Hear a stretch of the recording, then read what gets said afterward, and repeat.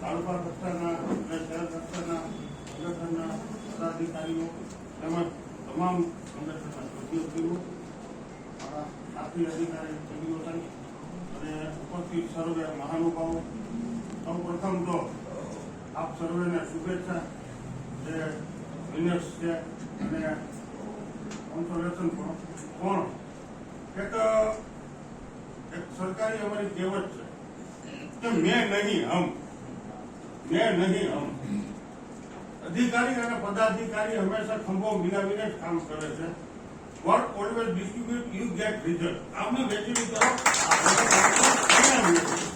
અને આપણે એ સૂત્રથી જ અત્યાર સુધી, જોકે મારે બધાના સંપર્કમાં હું આવેલો છું, બધા મારા સંપર્કમાં આવેલા છે. મેં મારી ગેસ્ટ થાય મારી નોકરી દરમિયાન કરેલી છે.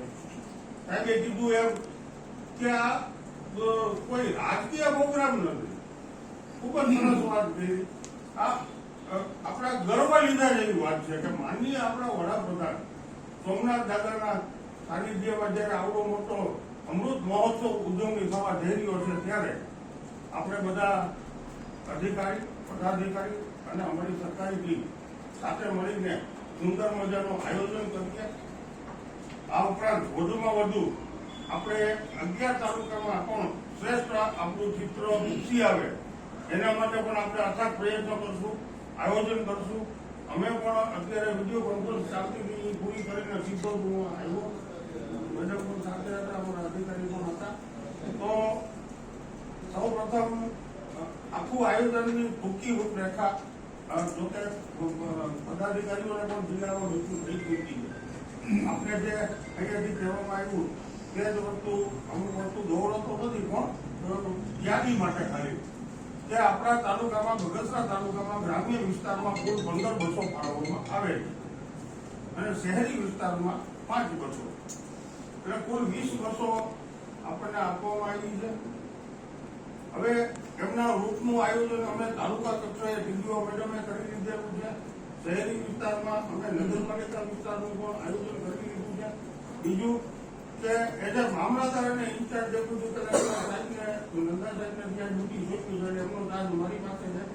એટલે આ તમામ અગાઉ પ્રોજેક્ટનું લુક આફ્ટર કરવાની જવાબદારી પણ અમારા સીધે છે. સાથે સાથે અમે પણ સહભાગી તમને બનાવશું અને સાથે મળીને આજે કીધું એ બહુ સરસ વાત કરી કે ભાઈ આટલા બધા આપણે અહીંયા હાજર છીએ, એમાંથી માત્ર ખાલી 10ની જવાબદારી આપણે લઈને તો હું માનું છું કદાચ બીજી 20 બાજુ બાકી પડે, પણ ના બાકીએ. પણ આ 20 છે એ seat to seat, cut to cut 50 ને 60 નો ટાર્ગેટ છે આપણો, પણ એટલીસ્ટ 50 સુધી પહોંચાડી દઈએ તો પણ આપણે ઘણું બધું એક્સરસાઇઝ થઈ જશે અને આપણું પરફોર્મન્સ શ્રેષ્ઠ ગણાશે. બીજું કે દર વખતે આપણને કઈ ને કઈ ક્ષતિ હોય એ દૂર કરવાની આપણને તક મળતી હોય છે. તો જે ગયા વખતે થોડે ઘણા જે કઈ પ્રશ્નો ઉપરથી થયેલા ત્યાં આ વખતે મિટિંગમાં પણ એની ચર્ચા થઈ છે અને એના માટે જિલ્લા કક્ષાએથી પણ સુપરિયર ઓફિસરો દ્વારા સારું એવું એક્સરસાઇઝ કરીને આયોજન કરવામાં આવ્યું છે અને એ ટ્રબલ ના પડે આપણને એ પણ એ જોવામાં આવશે. બીજું કે તાલુકા કક્ષાએ પ્રાંત કક્ષાનો અમારો એક કંટ્રોલ રૂમ બનાવવામાં આવશે. તાલુકા વિકાસ અધિકારી સાહેબનો અને મામલતદાર કચેરીનો, સોરી નગરપાલિકાનો, એમ 2 કંટ્રોલ રૂમ અને એક મેજર કંટ્રોલ રૂમ મારા પ્રાંત કચેરીનો. તો આપણે કોમ્યુનિકેશનમાં રહીશું. દરેક રૂટ મેડમે જે ગ્રામ્ય કક્ષાના બનાવ્યા છે એ મેં જોઈ લીધા છે અને લગભગ તમને પણ અમે બતાવશું અને તમને પણ સૂચન લેશું કે કઈ રીતે આપણે આમાં કઈ ફેરફારના અવકાશ હોય તો પણ આપ સૂચવી શકો છો. બીજી વસ્તુ, દરેક બસની અંદર રૂટ સુપરવાઇઝર, 2 સુપરવાઇઝરો મૂકવામાં આવશે, આસિસ્ટન્ટ અને સુપરવાઇઝર, તેમજ એક હેલ્થના કર્મચારી, એક પોલીસ હોમગાર્ડ અથવા જીઆરડી, વોટેવર જે કઈ ઉપરથી ફાળવે છે. એટલે આટલો સ્ટાફ તો અને ડ્રાઈવર અને કંડક્ટર જે હશે તો આઈ થિંક, અને ICDS માંથી જે બહેનો છે આંગણવાડી ઘરના, એ બહેનો પણ આમાં પાર્ટિસિપેટ થશે. દરેક ગામેથી આપની કક્ષાએથી પણ ખાલી એટલું પુશઅપ કરવામાં આવે કે 10 જણા છે બીજા 10 ને તમે એડવાઇસ કરો. આપણો કે ભાઈ આપણા ફોલોવર્સ એટલા તો હોય જ. અને આ તો સારો એવો કાર્યક્રમ છે, ધાર્મિક કાર્યક્રમ છે. મહાદેવના સાનિધ્યમાં જ્યારે આવો ઉજવાઈ રહ્યો છે ત્યારે બધા જ આની અંદર પાર્ટિસિપેટ થશે, જોડાશે. તો અમારા તરફથી પણ અમને થોડો સહકાર મળે, ગ્રામ્ય કક્ષાએથી પણ આ વસ્તુ વ્યવસ્થિત રીતે સુચારું આયોજન થઈ જાય એવી હું અપેક્ષા રાખું છું.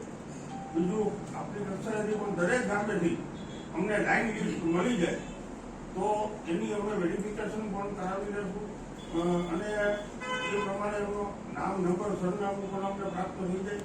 એનું રિપોર્ટિંગ પણ અમે જિલ્લા કક્ષાએથી અને સ્ટેટ કક્ષાએ મોકલી શકીએ એ પણ જરૂરી છે અમારા માટે.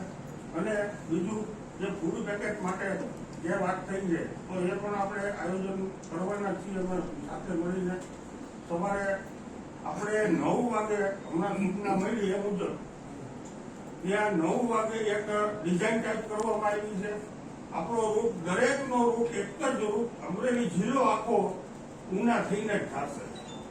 કારણ કે આપણું જે પાર્કિંગ આપવામાં આવ્યું છે સ્ટેટની બાજુનું સદભાવના છે એ આપવામાં આવે છે. જેથી દિલકા ફળિયા લાઈન છે એ ત્યાંથી જાય તો આપણે પહોંચી ના શકીએ છીએ. એટલે આપણને જે જિલ્લા કક્ષાએથી જે સૂચના આપવામાં આવી છે એ મુજબ આપણે અમલવારી કરશું. અને એ બસ બધા જ ના સિક્વન્સ નંબર આપવામાં આવેલા છે આખા અમરેલી જિલ્લાના. એ મુજબ આપણને પણ કોડ નંબર અને ફાળવવામાં આવશે. આપણું ગ્રાઉન્ડ કલરનો કોડ છે ને નંબર હશે બસનો. બસની આરે સુપરવાઇઝર હોય છે, એમની પાસે યાદી હશે આપની. પણ એવી ગત વર્ષે જે ભૂલ થઈ એ મિસમેનેજમેન્ટ જે કાંઈ થયું હોય છે તો આવડો મોટો મેળાવડો હોય તો ક્યારેક બની શકે. પણ આ વખતે અમને જિલ્લા કક્ષાએથી એવી સૂચના આપવામાં આવી છે કે દરેક રૂટની બસોમાં જ એમને એમના ફૂડ પેકેટ પ્રોવાઈડ થાય જેથી કોઈ મુશ્કેલીઓ સહન ના કરવી પડે. બીજું કે અમે દરેક બસની અંદર પીવાના પાણીના ડબ્બાની વ્યવસ્થા, આપણે જે પાણીની બોટલ છે તે પ્લાસ્ટિકની મને થોડી યાદ એના બદલે આપણે દરેક બસને 2 કે 3 કેનવા પ્રોવાઈડ કરવું. અને એમના જે સુપરવાઇઝર છે એમને ગામની આગળ પાછળ થઈ હતી અથવા તો મોડી પહોંચી હતી તો એનો કોઈ મતલબ નથી રહેતો.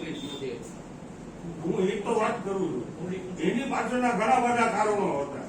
પણ આપણે જે એ રીતે આપણે ટ્રીટ કરીએ કે આપણે નક્કી જ કરીએ કે ખરેખર ભાઈ આપણે પ્રોગ્રામ માણવો છે કે યોગ્ય રીતે જ અહીંયા પહોંચવું છે તો 9 વાગે અહીંયા પહોંચવા માટે હું એમ માનું છું કે 4 કલાક આપણે અગાઉ હાલવું પડે.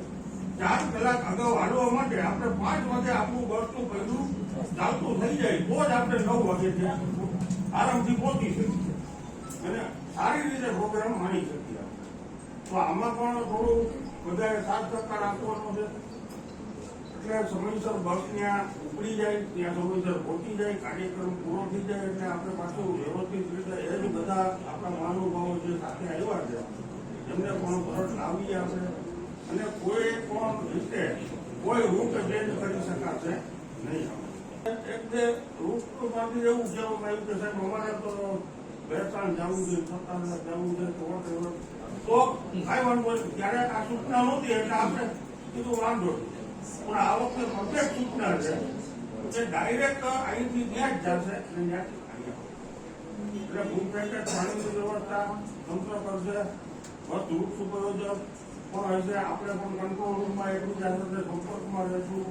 જે બસની ટેકનિકલ પ્રોબ્લેમ છે એના તો પણ અમે ઉભા જે કાંઈ વ્યવસ્થા થતી હતી અમે કરાવી હતી.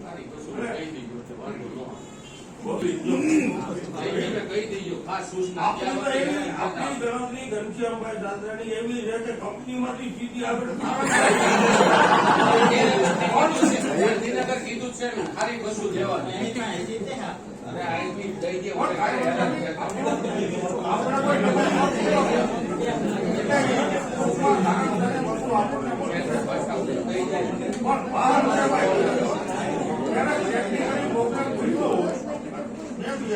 વાગે બે બસો ભેગી છે. ઘણું બધું જે ગુનો થાય છે એ સુધારવાની તકો મળતી હોય. છતાંય આપણે આ આકસ્મિક કહેવાય. એમાં આયોજન ના હોય તો મને બોલી જાય. એને કહી દેવાનું. આપણે તો કહીએ જ નહીં કે ના, પોલીસ હોમગાર્ડ ડ્રાઈવર કંડક્ટર અને આપણા રૂટ સુપરવાઇઝરો તો આપણું આયોજન દીપ છે.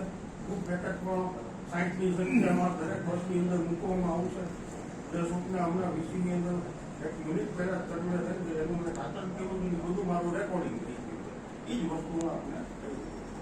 તો આમાં વિશેષ આપણે ચર્ચા ના કરતા હવે અત્યારે આ બેઠક પૂરી થાય એટલે દરેક તાલુકામાંથી પ્રદીપભાઈ શહેરમાંથી આપણે બેસીએ અને અમે દરેક ગામેથી અમને લાઈન લિસ્ટ મળી જાય કાલના કાળ એટલે એ પ્રમાણે એનું અમે રિપોર્ટિંગ કરીએ અને ત્યાં પોલીસ એનઓસી પણ કરાવી લઈએ અને આપણું કામ યોગ્ય રીતે બસ ઉનાથી રૂટ આવશે ને તો 5 વાગ્યાનું કયો ને તમે અહીંથી નહીં આપણે ગામડે